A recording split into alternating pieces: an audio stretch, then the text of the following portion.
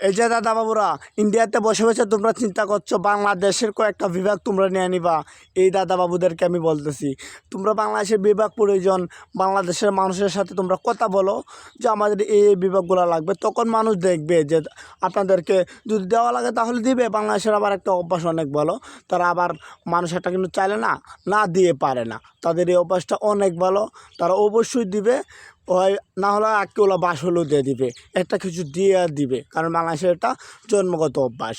হ্যাঁ, আর তোমরা এখানে বসে বসে চিন্তা করছো যে এই বিভাগগুলো আমার তো চট্টগ্রাম, নোয়াখালী, ফেনী এগুলো আমরা। হ্যাঁ, এভাবে চিন্তা করলে তো হবে না, দেশের মানুষের সাথে কথা বলতে হবে দাদা বাবুরা।